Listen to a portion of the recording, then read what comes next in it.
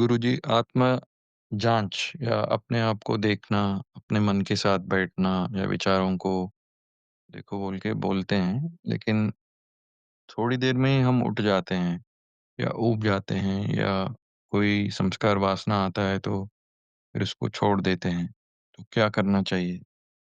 मैं वही तो बोला ना, आप अपने मन से प्रभु को मिलना ही नहीं चाहते।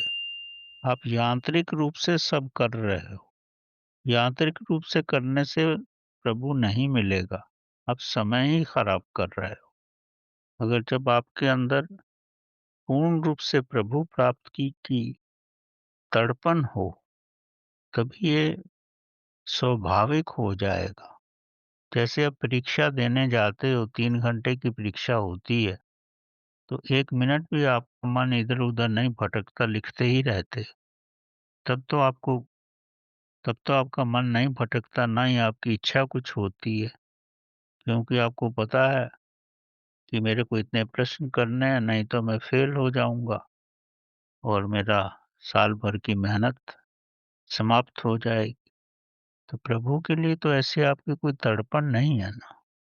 आप तो ऐसे ही कैज़ुअल सब कर रहे हो, जैसे सुबह का नाश्ता कर लिया या मंदिर में जाके घंटी बजा दी या नारियल फोड़ दिए।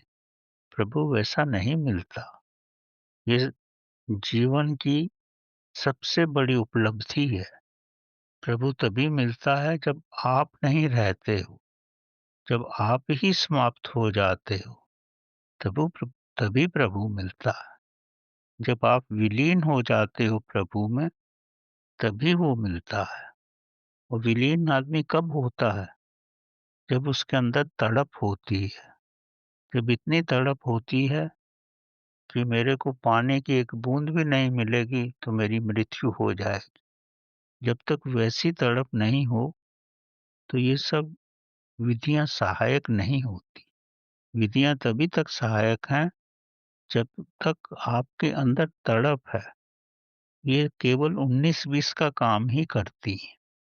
अब विधि का प्रयोग ना भी करो और आप प्रभु के साथ बैठना चाहो एक होकर के, तो आप बैठ सकते हो।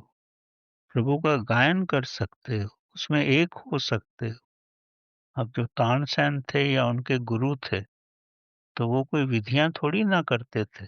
प्रभु का गायन करते थे और उसमें इतना मग्न हो जाते थे कि सुनने वालों की आँखों से अश्रु ही नहीं बंद होते थे।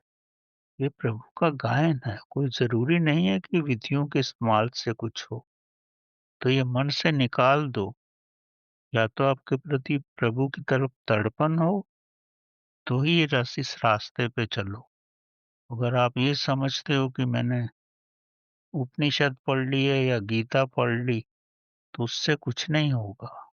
जब तक जो आप पढ़ोगे आपके जीवन में जब तक नहीं आ जाएगा, उसको गहराई से समझोगे और उसको जीवन में नहीं ला पाओगे, तो उसका कोई लाभ नहीं होगा।